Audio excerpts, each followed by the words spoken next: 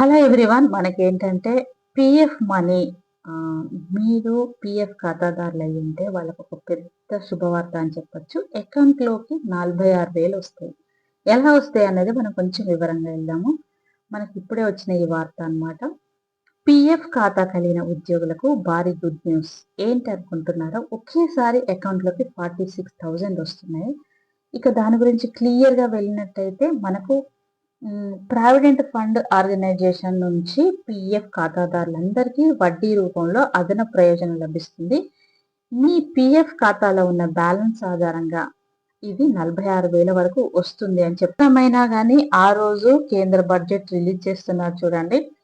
దాన్ని దృష్టిలో పెట్టుకొని ఇప్పుడు ఇది వచ్చిన మెసేజ్ అన్నమాట. ఈపీఎఫ్ అంటే ఈపీఎఫ్ఓ ప్రతి సంవత్సరం సభ్యుల పిఎఫ్ డిపాజిట్లపై వడ్డీ జమ చేస్తుంది. ప్రతి ఆర్థిక సంవత్సరం ముగింపులో ఈపీఎఫ్ఓ వడ్డీ రేట్ను ప్రకటిస్తుంది.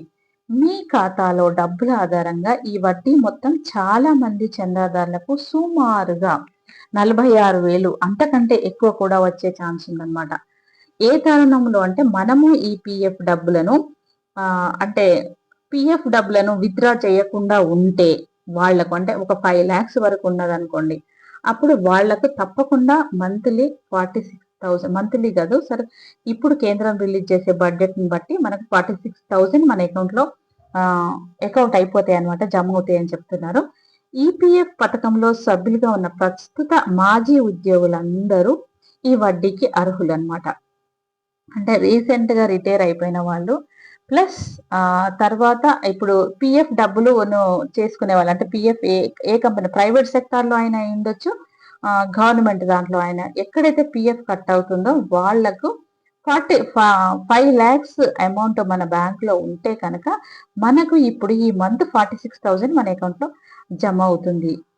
ఇక మీరు కనుక ఈ ఇన్యాక్టివ్ పిఎఫ్ ఖాతాలు కూడా ఉంటాయి. మొత్తం డబ్బును విత్డ్రా చేసుకోనంత వరకు ఆ వడ్డీ అనేది వస్తూనే ఉంటుందన్నమాట. రిటైర్మెంట్ వయసు వచ్చే వరకు లేదంటే పూర్తి మొత్తాన్ని తీసుకునే వరకు మీ పిఎఫ్ డబ్బుపై వడ్డీ లభిస్తూనే ఉంటుంది. మనకు బ్యాంక్ అకౌంట్ లో మన డబ్బులు మనము ఆల్రెడీ రిటైర్ అయి ఉన్నాము. ఆ రిటైర్ అయి ఉన్న తర్వాత కూడా మన డబ్బులు విత్డ్రా చేసుకోకుండా అందులోనే ఉంచితే కనుక మన చివరి వరకు మన చివరి వరకు మనకు యూజ్ అవుతుంది అని అనుకుంటే ఆ పిఎఫ్ డబ్బులు అందులోనే పెడితే కనుక మీకు తప్పకుండా ఈ డబ్బులు అనేవి అంటే ఇంట్రెస్ట్ అనేది యాడ్ అయి వస్తుంది అనమాట. అదొక్కటి మీరు మైండ్ లో పెట్టుకోండి. ఇక ఈ క్రమంలో పిఎఫ్ వడ్డీని ఎలా చెక్ చేసుకోవాలి అనే దాని గురించి మనం తెలుసుకుందాం. ఇక మీ ఖాతాలో ఎంత డబ్బు జమ అయిందో తెలుసుకోవడానికి ఈపీఎఫ్ఓ ఆన్లైన్ సదుపాయాన్ని కల్పించింది అనమాట. అంటే దీనికోసము మీరు ఈపీఎఫ్ఓ మెంబర్ పోర్టల్ కి వెళ్ళండి. అంటే అధికారిక ఈపీఎఫ్ఓ వెబ్సైట్ లోకి వెళ్ళినట్టయితే మీకు అక్కడ మీ UAN universal account number password ఉపయోగించి లాగిన్ అవ్వండి. మీకు ఒక అకౌంట్ నెంబర్ ఉంటుంది కదా, సో దాన్ని బట్టి మీరు లాగిన్ అవ్వండి. లాగిన్ అయిన తర్వాత పాస్బుక్ లేదా బ్యాలెన్స్ సెక్షన్ లోకి వెళ్ళండి. అంటే ఇన్ఫర్మేషన్ అనేది క్లియర్ గా మీకు తెలియడానికి పిన్ టు పిన్ నేను చెప్తున్నాను. అక్కడ మీ మొత్తం పిఎఫ్ బ్యాలెన్స్ తో పాటు తాజా ఆర్థిక సంవత్సరానికి గాను జమైన వడ్డీని మీరు చూసుకోవచ్చు. అంటే ఆల్రెడీ మీరు 50-60 years ఉన్నారనుకోండి, అఫ్కోర్స్ 50 years ఉన్నారనుకోండి, అంటే మీరు ఆఫీస్ లో జాయిన్ అయినప్పటి నుంచి ఇప్పటి వరకు దానిలో పిఎఫ్ కట్ అవుతూనే ఉంటుంది. మీరు మిడిల్లో 1 lakh అలా కావాలనుకుని తీసుకున్నా కానీ మిగతా డబ్బుకి ఎప్పుడు ఇంట్రెస్ట్ యాడ్ అవుతూనే ఉంటుంది.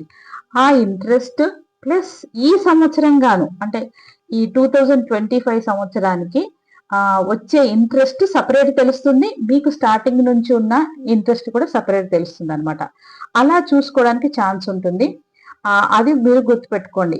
అయితే ఇక్కడ మీరు ఒక విషయాన్ని గుర్తుపెట్టుకోవాలి, మీ యుఏఎన్ యాక్టివేట్ అయ్యి ఉండాలి. అది మాత్రం చూసుకొని మీకు కనుక తెలియకుండా ఉంటే పక్కన ఉన్న అంటే మీరు ఉన్న దగ్గర ఎక్కడైనా కానీ ఈ సేవకు వెళ్ళి మీరు ఇవన్నీ డీటెయిల్స్ చూపిస్తే మీకు క్లియర్ గా వాళ్ళు ఓపెన్ చేసి మీకు ఇంత ఇంట్రెస్ట్ వస్తుంది, ఇన్ని డబ్బులు మీ అకౌంట్ లో ఉన్నవి, ఈ సంవత్సరం కానీ ఇంత ఇంట్రెస్ట్ యాడ్ అవుతుందని వాళ్ళు క్లియర్గా చూసి చెప్తారనమాట. ఇదొక్కటి మాత్రం ఆధార్తో లింక్ అయి తప్పకుండా ఉండాలి. అది కూడా మీరు చెక్ చేసుకుంటూ ఉండాలన్నమాట.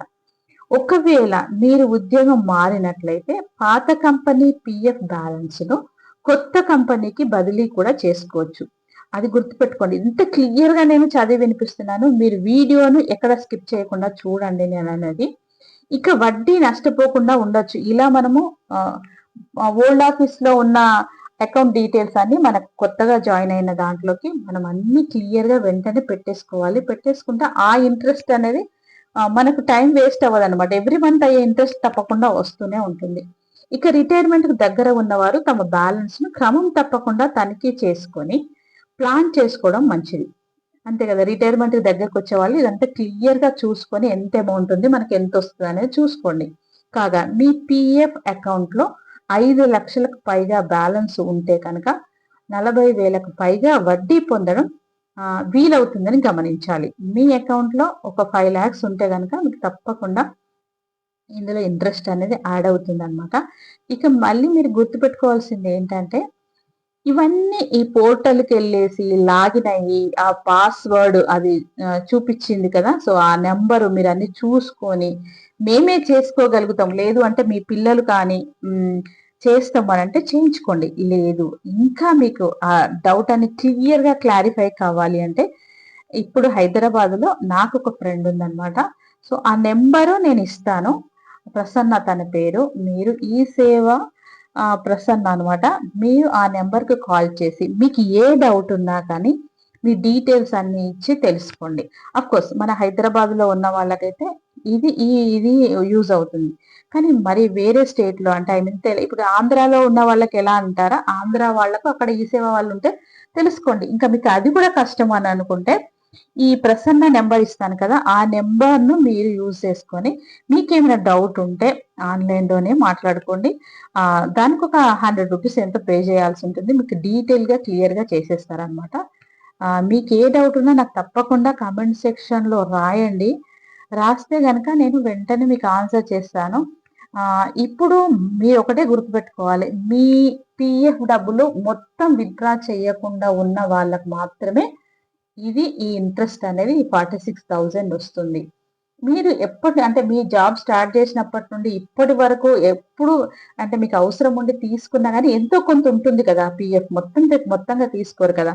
సో వాళ్ళకైతే ఈ ఇంట్రెస్ట్ అనేది మీ డబ్బులను బట్టి వస్తుంది. ఫర్ ఎగ్జాంపుల్ మీ అకౌంట్ లో 5 lakhs ఉందనుకోండి, ఆ 5 lakhs కి కనీసము 40,000 వస్తుంది.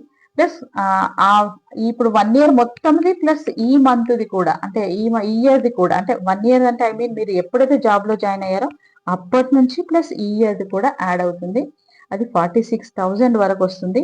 ఇంకా మీ దగ్గర ఒక 10 lakhs ఉందనుకోండి, అంటే దాదాపు 1 lakh వరకు మీకు ఇంట్రెస్ట్ మీ అకౌంట్ లో జమ అయిపోతుంది. ఎందుకని అంటే ఇప్పుడు కేంద్ర ప్రభుత్వము ఈ బడ్జెట్ రిలీజ్ చేస్తుంది కాబట్టి ఇది రిలీజ్ చేశారు. ఈ విషయాన్ని మీరు అందరూ తెలుసుకొని ఏవైనా నోటిఫికేషన్లో ఏదైనా మిస్టేక్స్ ఉన్నా కరెక్ట్ చేసుకొని, మీకు ఏ డౌట్ ఉన్నా నేను డిస్క్రిప్షన్లో నెంబర్ ఇస్తాను, కాంటాక్ట్ నెంబర్, ఆ నెంబర్కి కాల్ చేయండి.